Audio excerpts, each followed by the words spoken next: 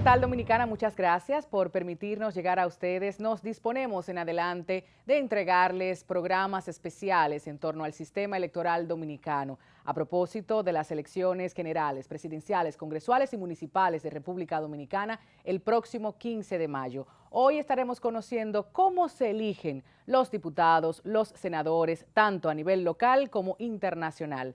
Acompañen a nuestros invitados con su opinión, con su experiencia y, por supuesto, mecanismos de selección que usted, ciudadano y ciudadana, debe conocer. Bienvenidos. Para comunicarte con nosotros, encuéntranos en las redes sociales, en Facebook, Twitter e Instagram. Así las cosas TV. Ingresa a nuestro sitio en internet, cid.do, o escríbenos un correo electrónico a la dirección asilascosas@cid.do. Puedes encontrar nuestros programas en nuestro canal de YouTube Comunicación Integral Dominicana.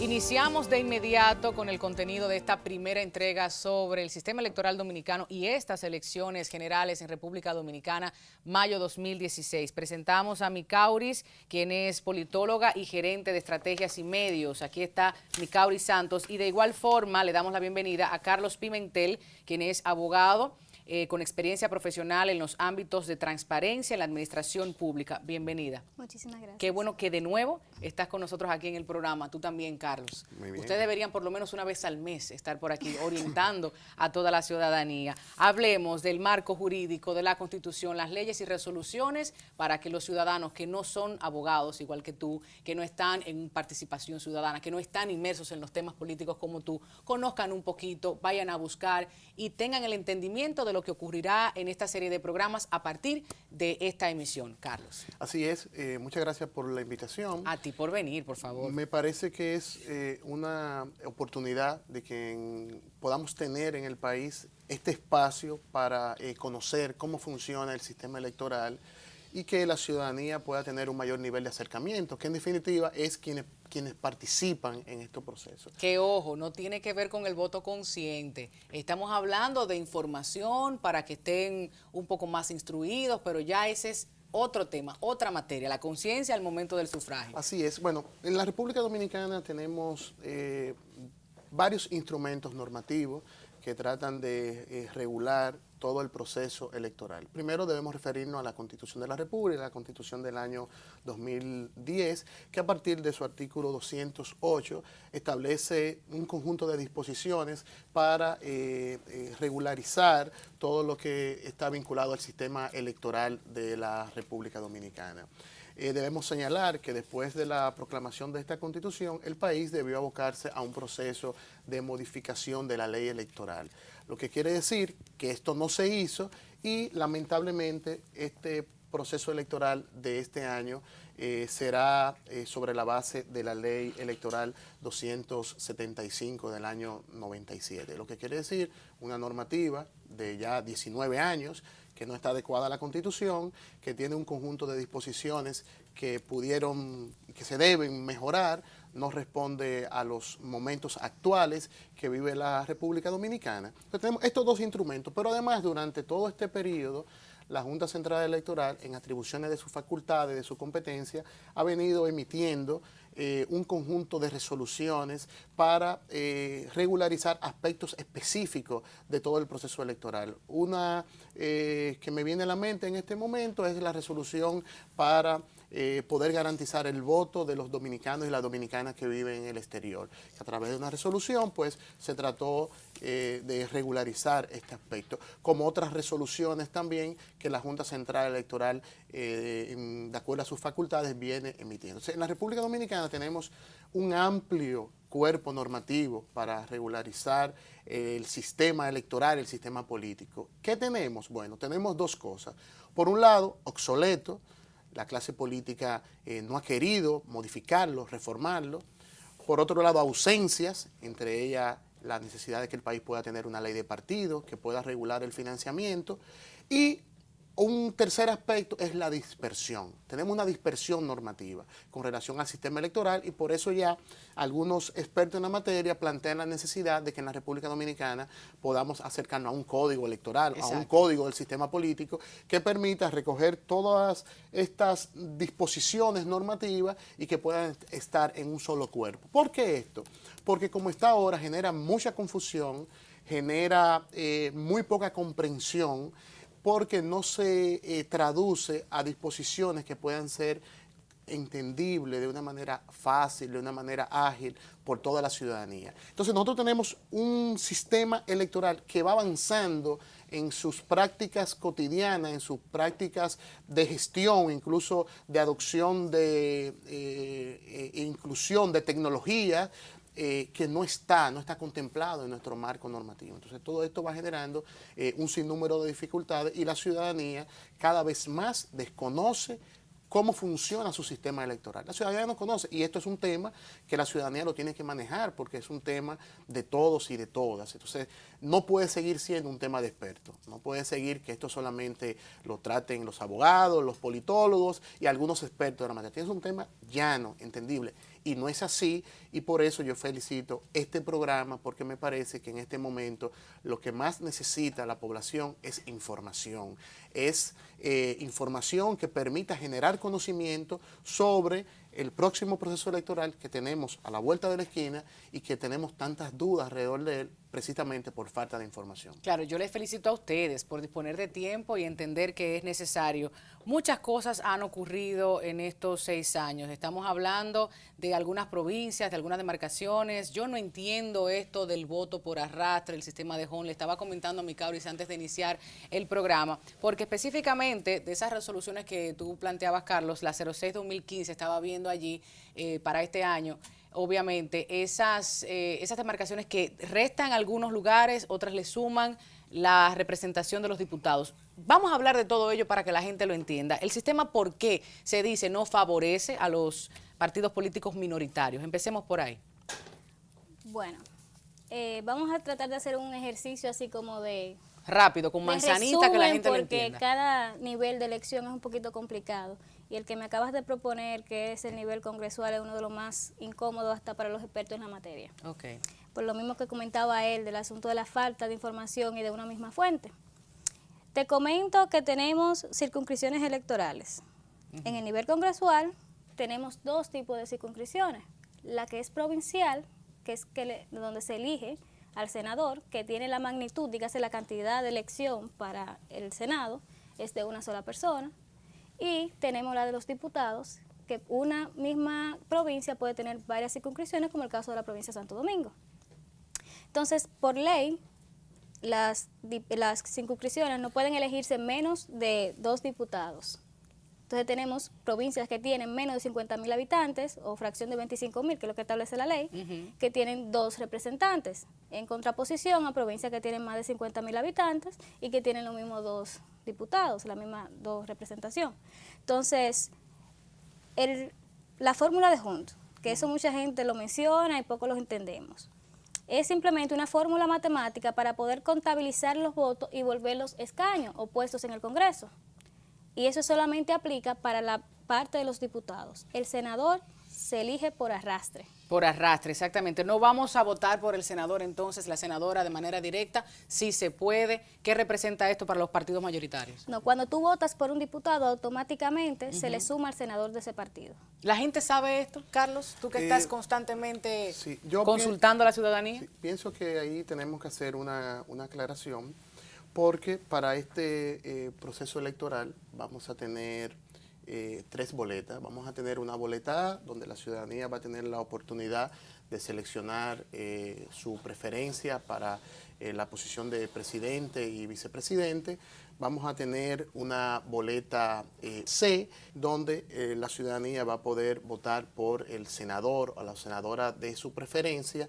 Y esto consigo entonces trae, en función de los votos emitidos, la proporción asignada a los diputados.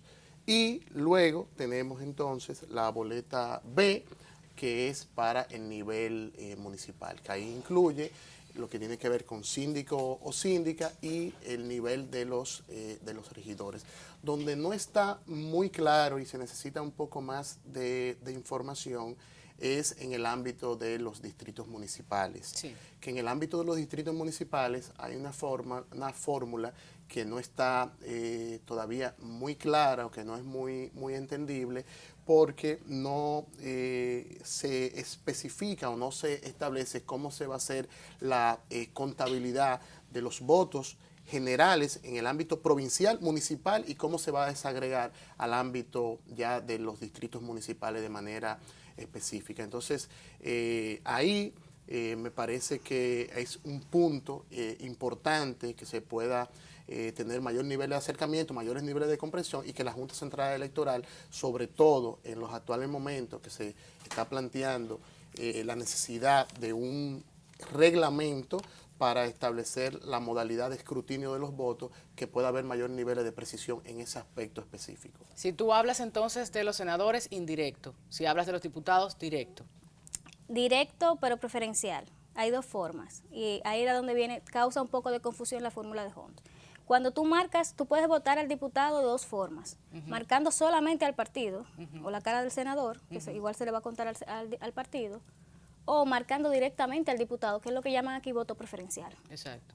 Que no siempre se entiende como voto preferencial eso, porque se supone que si es voto preferencial, como me lo enseñaron a mí en la universidad, dice que si en mi circunscripción yo puedo elegir 5 diputados, yo le doy preferencia en la lista del orden que yo entiendo que deben de llevar. Claro. Aquí se contextualiza voto preferencial, que yo pueda marcar solamente un diputado independientemente de la cantidad de diputados que se elijan en esa circunscripción. Pero hay otro tema. Aquí tenemos una nota. El mínimo de votos para obtener un diputado, por ejemplo, en la circunscripción 1 del Distrito Nacional, 20.000 votos. Exacto. En el caso de Dajabón, 15.000. Elías Piña, 10.000. Independencia, 8.000. O sea, que no estamos hablando de un ciudadano, un voto, como planteabas tú. No, no hay igualdad del voto en cuanto al valor.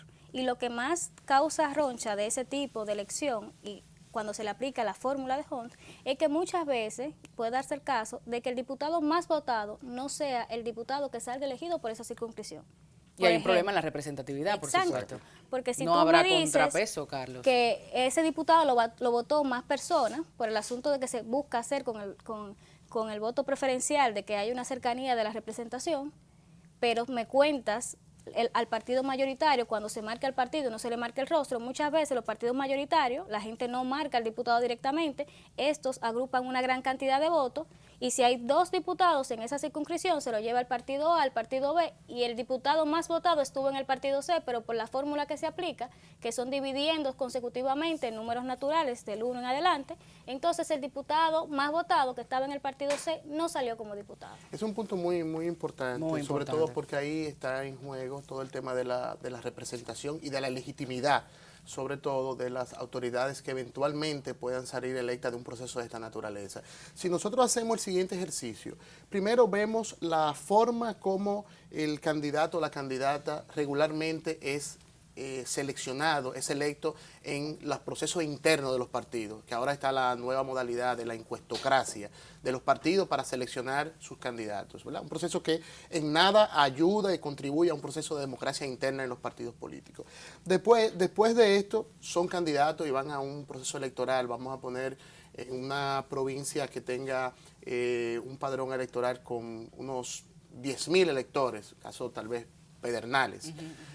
Suponiendo que vote un 60% de esa población y que de ese 60% esta persona pueda ser electa con 3.000 votos, quiere decir que vamos a tener un legislador al Congreso que con 3.000 votos de un padrón electoral que probablemente es de 10.000, pero que probablemente represente una población en sentido general de unos 30.000 habitantes de una provincia. Entonces, ahí en cuanto, y es un poco lo que tú denominas muy bien el valor del voto, con relación a esa representación, cuál es la calidad de esa representación, cuál es la legitimidad que tiene y al mismo tiempo dónde se puede conectar esa voz de esa provincia posteriormente en el Congreso, y eso sin poner en la mesa los mecanismos posteriores que permitan ese intercambio de la ciudadanía y los legisladores. Este sistema lo utilizan muchos países. Sí. ¿Por qué lo utilizan tantos países? Estuve viendo más que en Europa, que en todos los países de la región, algunos, bueno, Colombia, por estos lados,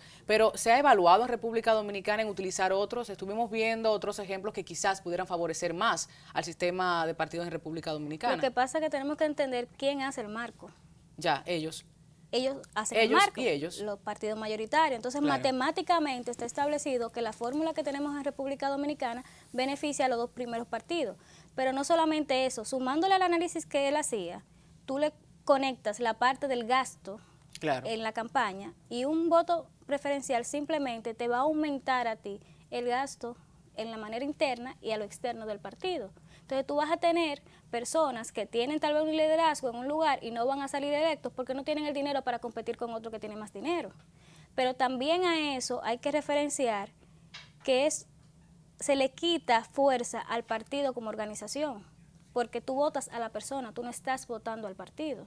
Entonces se crea lo que tenemos ahora dentro de los partidos mayoritarios y muchos de los minoritarios, que es que los mismos compañeros se están matando por la candidatura. Wow, bueno, aquí hay muchas cosas que plantear todavía. La gente no sabe el sistema de selección para los alcaldes, los vicealcaldes, y hemos estado comentando un poquito antes de realizar el programa que ese gobierno local es tan importante para la gente porque es el día a día, es el cara a cara de esos representantes. Sin embargo, no hay fiscalización porque lo elige el alcalde. Vamos a hablar de eso después de la publicidad y se une a nosotros Rosario Espinal a la mesa para seguir este primer programa del sistema electoral dominicano en torno a las elecciones generales de República Dominicana 2016. Quédese ahí.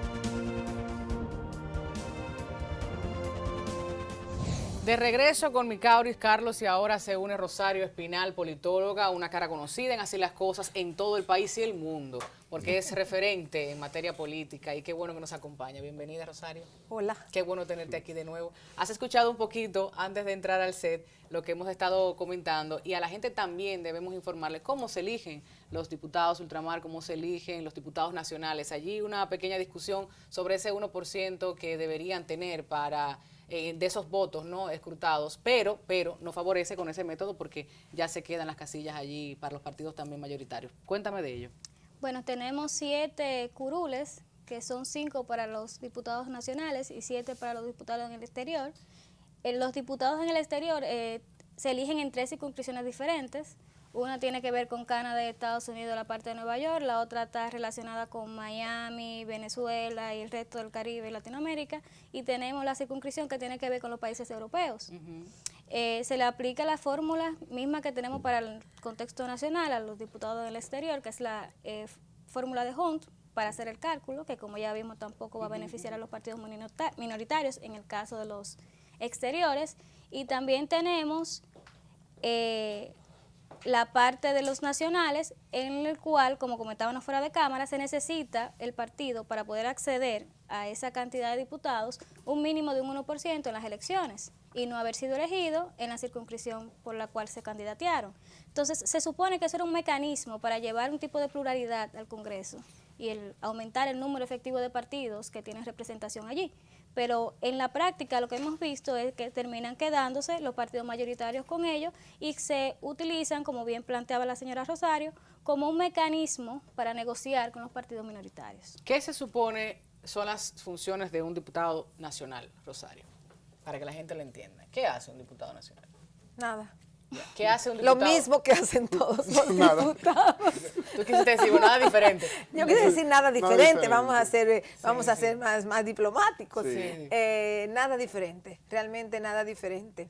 Necesitamos un Senado y una Cámara de Diputados. Esta no es una república federal. Son las repúblicas federales como Estados Unidos, como México, que necesitan tener un sistema bicameral. Pero bueno, esas son críticas que quizás no es la intención del programa de hoy. Sí, sino en una segunda parte, pero también hay que decir a la gente cómo se elige en el caso de Exacto. Parlacén que estábamos hablando. Sí, pues, yo creo que ya es mejor que ya concluya con lo del ¿Cómo se Parlacén. elige? ¿Cómo se elige? Bueno, si vamos a la parte práctica, como decía Rosario en el caso de los otros casos Son de 20 elección, diputados al Parlacén. Exacto. por votación nacional, los partidos que terminan siendo al final los mismos partidos mayoritarios los que tienen presencia en el Parlacén. ¿Qué hacen? Muchas cosas que no sabemos aquí. Tienen un salario en dólares. Ella se quedó como, ¿qué hacen? Van de vacaciones a Centroamérica. Ese fue un invento. El Parlacén. Van de vacaciones a Centroamérica. Okay. De tu dinero y el mío, gracias. Ajá, y ganan en dólares. Y van de aquí para allá y de allá para acá. Representando. Ajá, entonces mira que eso fue una idea de hace muchos años, como si esta región se iba a convertir en la Unión Europea. Oh, tú sabes, genial. es como ahora para imitar al Parlamento Europeo en Bruselas, ¿ves? Entonces se crea el Parlamento Centroamericano y nosotros como nunca hemos podido encuadrar bien en ningún sitio, entramos al Parlamento Centroamericano. Entonces entramos ahí, nosotros tenemos que cruzar el mar para llegar allá. Ellos por lo menos se comunican por tierra. Bueno, el punto es, se crea el Parlamento Centroamericano, ahí entramos nosotros y esta gente pues, ¿qué hace? Bueno, no sé, a veces organiza una conferencia, a veces le da seguimiento a algún tratado de libre comercio, ese tipo de cosas. Pero eso se creó y son mecanismos para que estos países que tienen algunos acuerdos en común, pues tengan una esfera. Pero hay un Ministerio de Relaciones Exteriores ahí que bien que podría pudiera perfectamente tener esas funciones. Son sus funciones. Perfectamente los ministerios de Relaciones Exteriores de todos estos países podrían tener una oficina que coordine tratados de libre comercio, que es lo fundamental. Quizás algunos asuntos migratorios o lo que sea. ¿Se necesita un Parlamento Centroamericano? No. Pero va en la no se lógica, necesita. Rosario, de lo que tú planteabas hace un momentico. Tenemos una clase política que cualquier posibilidad, beneficio de tener cuota de designación, de resolver situaciones de crisis interna de los partidos, te doy un diputado nacional, te doy 5 en el Parlamento Centroamericano. Entonces sirve para la negociación política. Para la negociación política, claro. Toma el caso de los diputados de ultramar, o sea, los que vienen de dominicanos en el exterior. Los dominicanos en el exterior no necesitan absolutamente para nada, una representación congresional. Porque lo que los dominicanos en el exterior necesitan es una buena embajada, es un buen consulado, que le ofrezca los servicios adecuados de renovar una cédula, de renovar un pasaporte. Los servicios consulares en sentido Supongo general. que si se le murió un familiar, que si da el no sé enlace, qué. claro. O sea, eso es lo que los dominicanos en el exterior necesitan. Si algún día necesitaran una legislación, los de aquí podrían hacerlo. ¿Por qué ponen los diputados en el exterior o de ultramar?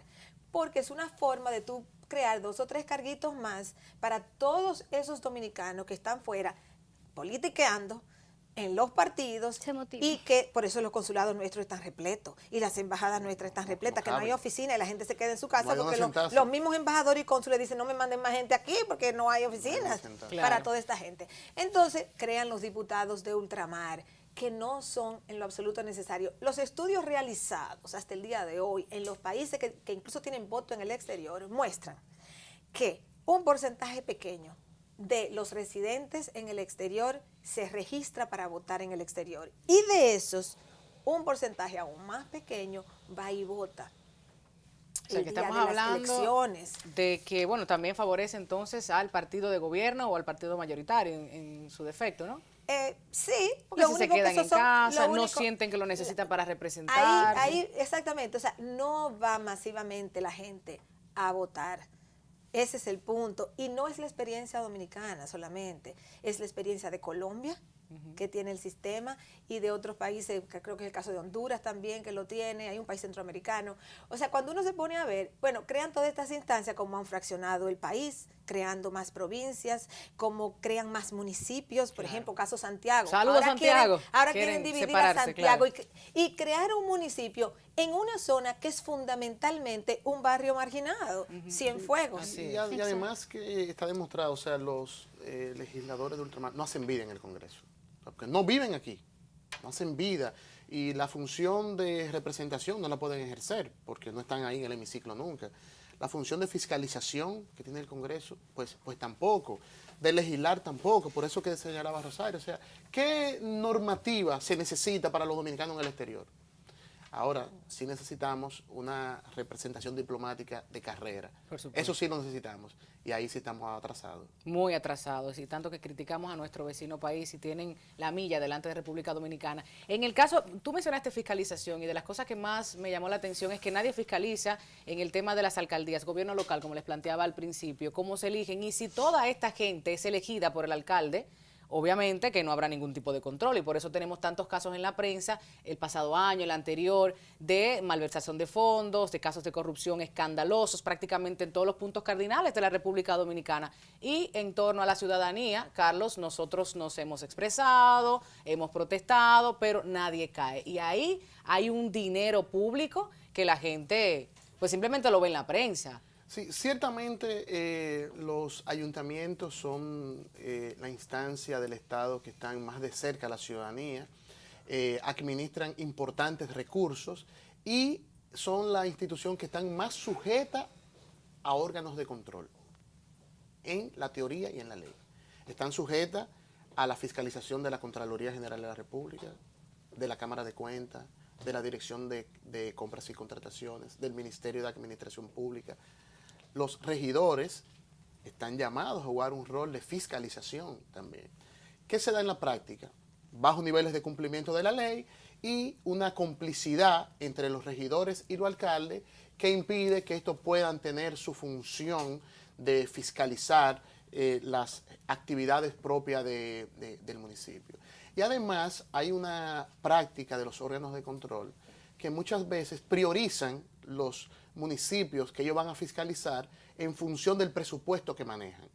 Y hemos planteado en diferentes escenarios que si bien es cierto que un municipio que recibe 1.200.000 pesos no es mucho dinero, tal vez no debe estar dentro de las prioridades para un estado donde hay otras instituciones que administran más recursos, pero yo le digo que probablemente 1.200.000 pesos es todo el dinero que llega a ese municipio. Claro. O que llegue a ese distrito municipal. Entonces es mucho. Por eso yo insisto. Es mucho dinero. Y cuando tenemos muchas unidades, distritos municipales, que su presupuesto es de 1.200.000, es mucho dinero que se pierde y que está ausente de fiscalización.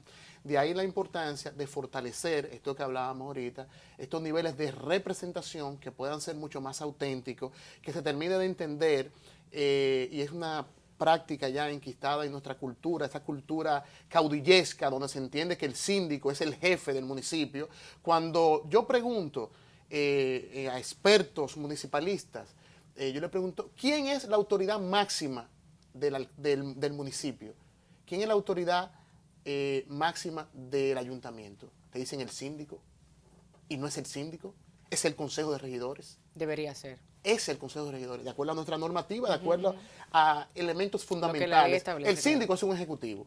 Entonces, ahí viene todo lo que se está planteando del sistema de elección, cómo se crea una figura mesiánica alrededor de los síndicos, que se entienden que son los caudillos y los jefes del municipio, y de ahí se reproduce todo lo que conocemos. Por otro lado, el gobernador, que es el ejecutivo, ¿no? Que selecciona. Eso otra materia. Pero tú tienes aquí 158 para estas elecciones 2016, alcaldes y 158 vicealcaldes. Y tenemos luego los 1.164 regidores y suplentes que estamos mencionando serían por voto indirecto, los demás directos. Óyeme, pero ¿y cómo interfieren los partidos políticos en que haya verdaderamente un equilibrio a nivel municipal? Vamos a hablar de eso luego de la publicidad. Cuando estemos de regreso, abordamos un poquito más sobre suplentes, directores, vocales. El tema municipal es extremadamente importante y en República Dominicana nos concentramos en presidente y vicepresidente. Óiganme, esto está para conversarlo. Quédese aquí.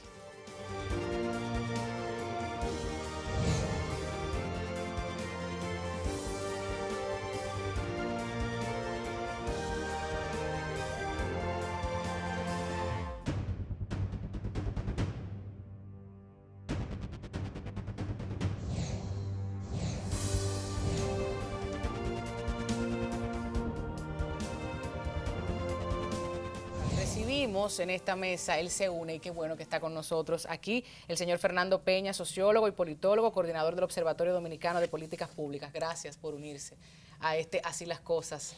la primera entrega del sistema electoral dominicano. Pudiéramos hacer 2 años, porque siempre hay mucho por donde partir. Estamos hablando de algunos aspectos interesantes en torno al gobierno local. Me gustaría que la gente, Micauris, sepa exactamente cómo se eligen a los alcaldes, a los vicealcaldes, el caso de los regidores y suplentes, de los directores municipales, de los vocales, toda esa parte. Bueno, en el caso de los alcaldes... Para luego hacer las críticas. Se elige a través del voto directo. Por ley tienen que llevar de compañera de boleta a una mujer, y en el caso de que sea una mujer la candidata a alcalde, el vicealcalde debe ser hombre. Tenemos un problemita ahí todavía por el asunto de las funciones de un vicealcalde, porque se ha dado a nivel nacional una gran participación de mujeres como vicealcaldesa, pero en la práctica no tienen funciones. La parte de los regidores es una lista cerrada y bloqueada, dígase que el partido elige las personas que integran esa lista, y que la persona al momento de votar, vota al partido y no puede elegir el orden. Por eso la complicidad que hacía referencia a Carlos hace un momento. Exactamente, entonces tiene una cuota de un 33% para la mujer, que se está cumpliendo para ser cerrada y bloqueada, pues entonces tiene que elegirse desde ahí, y se intercambian una mujer y un hombre, o viceversa. Me preocupa un poquito que se está hablando de que en las elecciones del 2020 van a llevar voto preferencial y fórmula de Hunt, de la que a ti no te gusta, a ese nivel. Entonces ahí podríamos decir que vamos a arrastrar al nivel local el problema que tenemos a nivel congresional de los liderazgos personalistas y todo ese tipo de cosas, encarecer mucho tal vez la candidatura de un regidor, y perderíamos posiblemente la representación femenina que tenemos en ese nivel. Claro. Luego tenemos los distritos municipales, en donde se eligen vocales. Los suplentes de directores. Y suplentes de director y director. Exacto. Al director se vota de manera directa, y a la parte de los voceros por lista, al igual que los regidores, y que en ese caso, con las modificaciones que está haciendo ahora, como él planteaba ahorita, no tenemos claramente cómo se haría en el futuro la elección de esas autoridades a nivel del distrito municipal. Bien, ahí tenemos un panorama amplio, general, fácil de entender. Ahora yo les planteo la pregunta: ¿se encarga de alguna forma el partido político, el candidato o candidata, de informar sobre sus funciones? ¿A alguien le importa en República Dominicana eso, o es simplemente un puesto más para lo que sea y yo marcar allí en una boleta? El grillito sonó aquí. Pero tú dices... O sea, por ejemplo, un suplente de director o un vocal, ¿cuál es su función? ¿Qué va a hacer? ¿Qué propone? ¿A quién va a acompañar y por qué? ¿De dónde viene? ¿Cuál es su background? Porque estamos hablando hace un momentito que sobre todo en el gobierno local, en el tema municipal, hemos tenido muchísimos casos cuestionables, legalmente, que han sido procesados. Sin embargo, la gente le sigue votando, nada pasa, siguen ahí, son candidatos y candidatas, y nada, como que no importa. Bueno, yo pienso que en el actual escenario político no está en juego las propuestas, la discusión de las funciones, las prácticas, las competencias de las autoridades electas. Y una muestra de evidenciarlo es la forma de hacer política. Cuando tenemos candidatos a todos los niveles, que su forma de promoción política es muy cuestionada y que se fundamenta en el clientelismo, en la dádiva, en el voto, pues claramente a raíz de un proceso de esa naturaleza no vamos a tener como resultado una autoridad que vaya a cumplir con su rol, con sus funciones de representación. No obstante, estén tan claras en la ley. Pero si a esto sumamos la forma como son electos, como son seleccionados al interior de su partido y cómo se dan esos acuerdos de los cuales no tenemos conocimiento, no se pueden publicar porque serían ofensas a la sociedad conocer los acuerdos que se llegan entre los candidatos, entre los partidos, para esas posiciones, sobre todo por ese método que se ha explicado muy bien. Si tú quieres estar en la boleta, en el número 1 como regidor, pues probablemente eso tenga hasta un precio, eso tenga hasta un costo. Probablemente, Carlos, aquí se está hablando, qué tímido. Aquí se está hablando que dependiendo de la circunscripción, pues tiene un valor. Claro. De estar en el 1, de estar en el 2, estar en el 3. No quiere decir que aquí no está en juego nada de eso. Esto es un afán de lucro y de llegar a la función pública a enriquecerse. Eso lo podemos plantear de una forma muy clara y una forma muy llana. Y otro elemento que puede reforzar lo que estoy diciendo es que en la República Dominicana no hay claridad, no sabemos, suponemos quién está financiando la actividad política. Pero no hay claridad de quién financia la actividad política en el país. Entonces, esos son elementos muy claros, que el interés no es servir, que ya el rol del partido de ser mediación entre el Estado, entre la sociedad y el Estado, no está en juego. Es un instrumento de enriquecimiento. Mira, lo único que aquí se sabe es que aquí hay muchos carteles en la calle. Sí. O sea, tú te pones a pensar en los votantes promedios, que oyen, sí, un poco en el radio, oyen un poco en la televisión, por aquí o por allá, o vieron un disco live, o una caravana, un bandereo y no sé cuánto. Pero lo fundamental es las fotos que ven. Las ciudades están inundadas de vallas. En teoría, uno quisiera que los votantes se enteren de qué proponen sus candidatos, cómo piensan, qué van a hacer si llegan, bla, bla, bla. O por qué se eligen de la manera en que se eligen. Eso sería También, más fácil. que la gente va simplemente y marca, pero no sabe todo esto. Eso sería un poquito más fácil. Pero en teoría quisiéramos que el votante, los votantes estén informados, reflexionen, sean interracionales, que escuchen las distintas propuestas y en base a eso tomen una decisión. En la práctica, las cosas no son tan así. No son así, Rosario. Dígalo, no son dígalo. así. No son así, porque se falta para toda la una mayoría cultura de la ciudadana gente para no eso. son así. Para un grupito pequeño de la población puede ser así, Sí. pero para la mayoría de la población no es así. Y eso es lamentable, por un lado. Pero por otro lado también, quizás es mucho pedirle al electorado cuando hay tantas candidaturas sobre las cuales una persona tiene que informarse.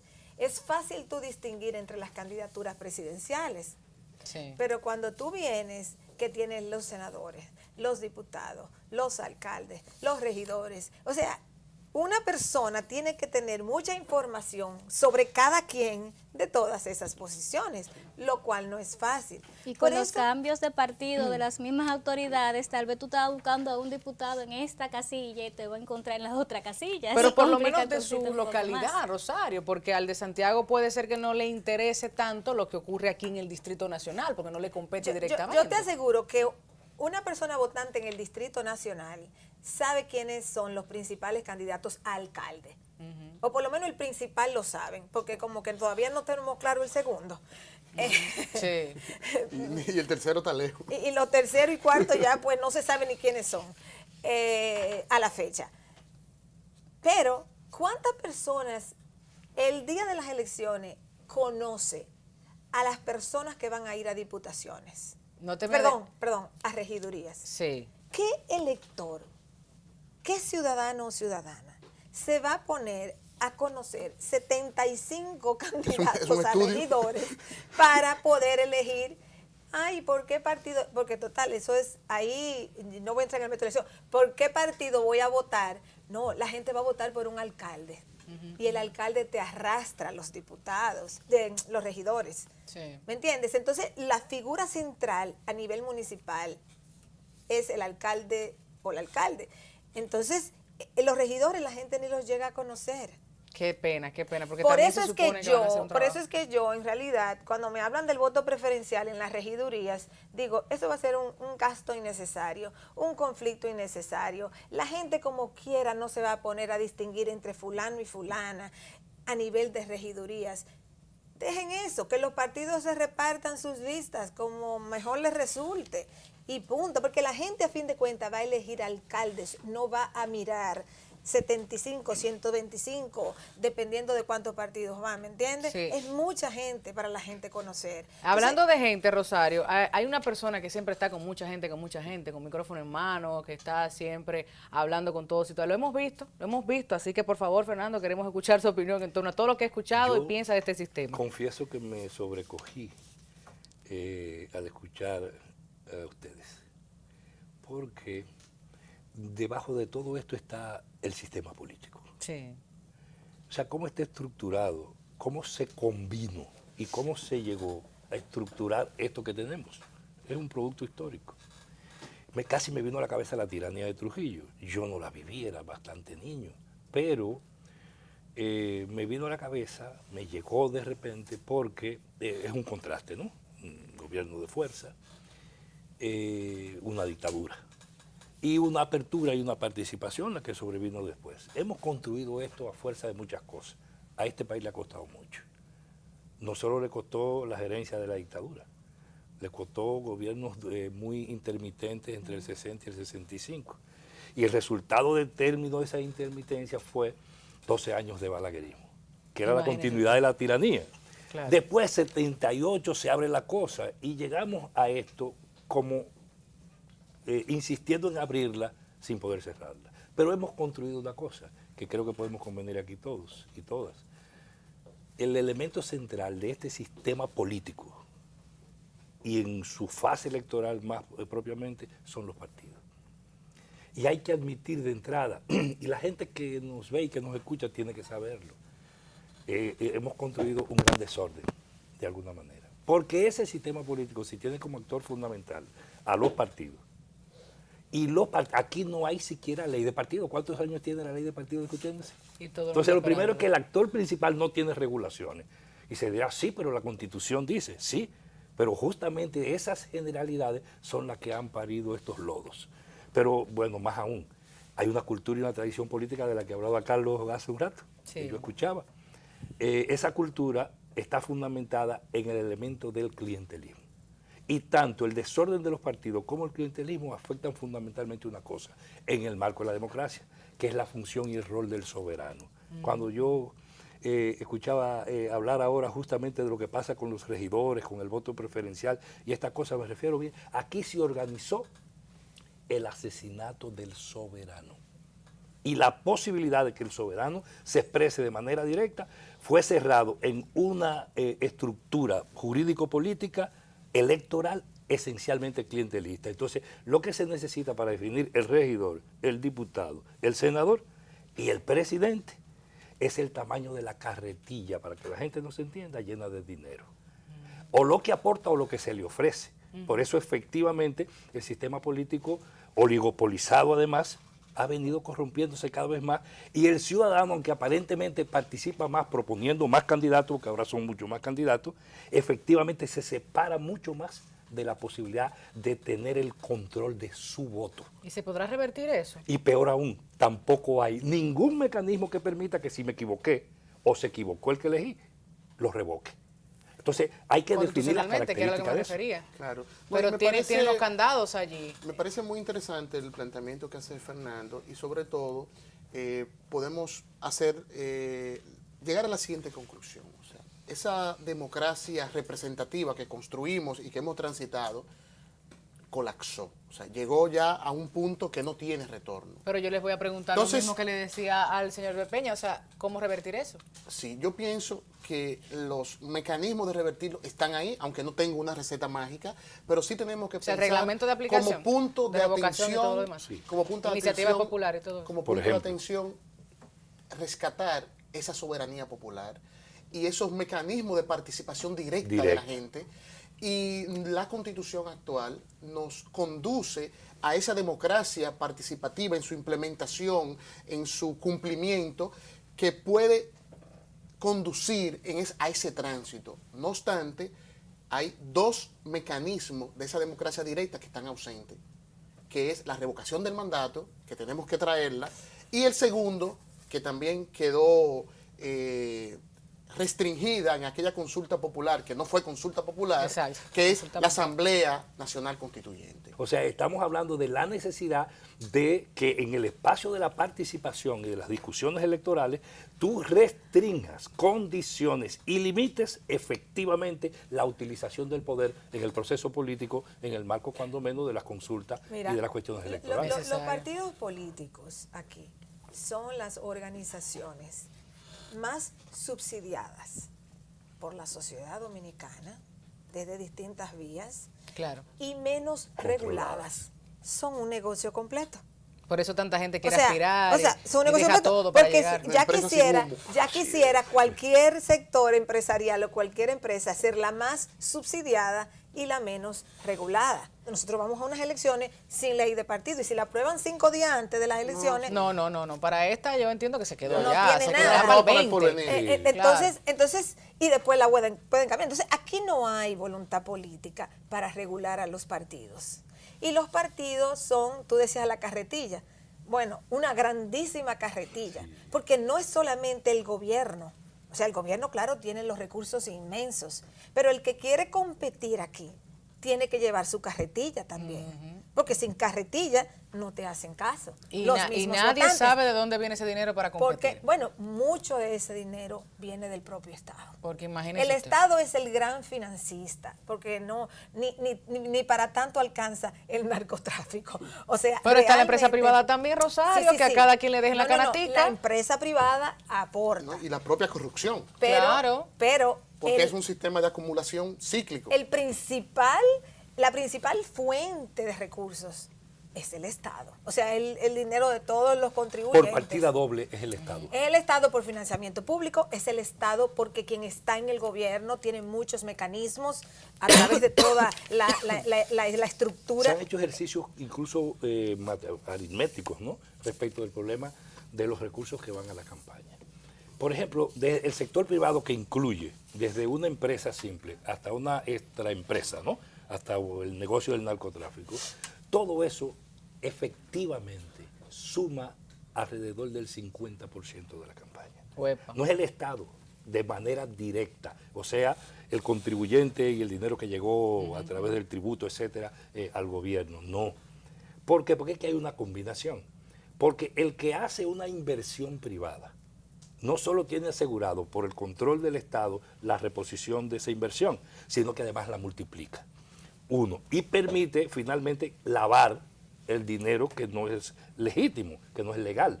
Uno. Dos, está lo que apuesta de manera directa el grupo económico que influye sobre el sistema político. Y tercero, el funcionariado que aprovecha el Estado de todos los colores, precisamente para eso. Al final de la jornada, el único que no tiene nada y que lo sufre todo es el contribuyente que ya dio su dinero o que lo engaña, y segundo, que es el ciudadano. Entonces, la crisis está referida de manera directa en el sistema político a la ciudadanía y al tipo de ciudadanía. Qué difícil, y mira eso me otro punto, desalienta. y mira otro punto. No, hay que entender lo que pasa, porque el que no entiende lo que ocurre no puede ni pensar en algo de cambio. Tenemos que buscar una manera de regular el gasto de la financiación, pero el tiempo de campaña aquí ni siquiera está regulado, pero también la calidad de esa campaña. Tenemos que regular la publicidad y todo ese tipo de cosas que vivimos atacando, pero los primeros que salieron a defender que no se regulara la publicidad fueron los medios de comunicación en el 2012. Qué relajo, Entonces tenemos Qué que bonito. ser No son los medios de congruentes. comunicación, son los grupos No económicos podemos que lo controlan. tener a un Estado que mantenga 26 partidos políticos, de los cuales 24 son MIPYMES, y sobre todo a la gente decirle que el voto es un arma. Entonces Así el 16 de De agosto, mayo. que ya no sé, mayo, que ya no va a ser mayo, que ahora el 20, Ajá. que el 2020 va a cambiar, Ajá. pues vamos a usarlo de manera consciente. Pero vamos a informarnos, no son los partidos que tienen que enseñarnos nuestra constitución y nuestras leyes. Si no las conocemos, como dice Rosario, ¿qué cónchales vamos a modificar? Una sola cosa puede permitirnos un tránsito, o el resultado tendrá que ser el sacudimiento institucional, y lo dice la experiencia de América Latina y el mundo. O somos capaces de aplicar la ley para que esto pueda producir los cambios a través de un proceso de reforma que efectivamente incorpore la participación de la gente, respetando la ley. Si aquí se respetara la ley, es más, no hay que hacer ni siquiera ley de partido. La situación actual que estamos discutiendo ha metido este sistema político en tal dificultad que para unir los partidos hay que potenciar esa barbaridad. Y lo voy a poner de ejemplo. Para poder lograr la unidad política del PLD, hubo que aceptar que de entrada se acabara el amago de democracia interna para discutir candidatos y se repitieron todo lo que estaban para asegurar la parte de Leonel, ¿o no? Eso está ahí, eso es la concreta. Bueno, el PLD está frisado. O sea, el PLD es un partido que está frisado donde no pueden cambiar estructura directiva, ni Nada. candidaturas, ni nada, para que eso no explote. Y el otro porque se partió si no, en tres. eso explota y se divide. Y ya los otros se han dividido. El único que queda sin dividirse es el PLD. Como no se ha dividido, sigue siendo el partido. Es el partido. De El formalizar partido. la Es división. el Desde el partido poder. ahora mismo y tiene el beneficio de estar en el poder, pero aún desde el poder ha tenido que frizar Sí. todas sus estructuras directivas y todo su tren administrativo, todo el que está en el Y legislativo. dividirse en la realidad, porque usted no ha visto a todo el mundo en la patana. Sí, pero lo que quiero decir es que no se ha dado una división Formal, formal. no. Nos del vamos, nos PLD. vamos. Tu Hay conclusión, tensión. Rosario. Mi conclusión. Sí. Pues mira. Sí, mi porque son conclusión, 3 programas que vamos a hacer. creer que creando más estructuras, más niveles, más candidaturas, se tiene más democracia. No es así. No es así. Creyéndose que creando más y más partidos se tiene más democracia, tampoco es así. Porque los procesos electorales no resuelven nada si el voto se divide entre 6 partidos. Tú necesitas aglutinar fuerzas, tú necesitas aglutinar votos. Y aquí, por alguna razón que yo misma no entiendo, se ha popularizado la idea de que si se crean más partidos, como que la gente tiene más opciones y de alguna manera de ahí va a salir algo mejor. No, de ahí no sale necesariamente. España tiene un buen ejemplo, no pueden hacer gobierno. Ella no puede, ahora. España no puede formar un gobierno ahora mismo. Claro, la crisis económica los golpeó duro y una parte se le fue al PP y una parte se le fue al PSOE y se armó un cuatripartido. Y es otra estructura ahí. institucional. Pero el sistema tiene que funcionar con grandes partidos estructurados, regulados adecuadamente y con voluntad política para hacer las cosas bien. Claro, claro. Pienso que estamos en un momento muy importante en la República Dominicana. Este proceso electoral tiene importantes riesgos. Hay riesgo de retrocesos institucionales en el orden democrático. Hay evidencia y posibilidad de que nos vamos a abocar a un proceso con una ausencia de regulación, con falta de confianza del órgano electoral, del Tribunal Superior Electoral, que las últimas sentencias que ha emitido son claramente cuestionadas y que desde el punto de vista jurídico no aguantan un análisis. La situación interna de los propios partidos políticos, más de 4.000 cargos, más de 40.000 candidatos a todos los niveles. No hay información de cómo se va a votar en la República Dominicana. El tema del escrutinio electrónico, hace falta información, tenemos que analizar cómo va a ser todo esto. Entonces me parece que los actores que hacen vida en la sociedad dominicana, en el orden político, tendrán que mostrar mucha madurez para que la República Dominicana pueda salir de un proceso electoral y que no podamos tener un trauma como tuvimos en el año 1994. Las estructuras electorales y los organismos electorales del país ahora mismo no resistirían unas elecciones cerradas. Bueno, Aquí, para allá vamos. aquí las instituciones que hay no resisten unas elecciones cerradas. Pero- Ellos están apostando todos a que no va a ser cerrada. Pero hay planes Me que sacan de necesitan aquí. eso que tú dices no es posible. me sacan de aquí, tienen que volver, imagínense, porque ya el compromiso es público de que se repitan estos temas y se profundicen en otros aspectos que no necesariamente tienen que ver con la elección de los candidatos y las candidatas, pero estaremos desarrollando otros espacios, otros programas en Así las Cosas con relación a la población, quienes votan, qué representan en estas elecciones 2016, los colegios, vamos a hablar de los recintos, vamos a hablar de todos los intríngulis de la Junta Central Electoral y el proceso electoral para estas elecciones generales en la República Dominicana. Micauris, muchísimas gracias. Fernando, gracias por venir. Este espacio es suyo, esta mesa y este público siempre estarán dispuestos Me a lo escucharle. creo, Así será. Rosario, que cuando esté en el país y su agenda le permite, pasa por aquí y nos deja sus conocimientos y experiencias. Y Carlos, te agradecemos enormemente que hayas informado de manera tan fácil a toda la ciudadanía, a todo nuestro público. Nosotros nos despedimos hasta la próxima semana, porque sin tiempo ya para más nada. Bye, bye. Chao. Adiós. Bye.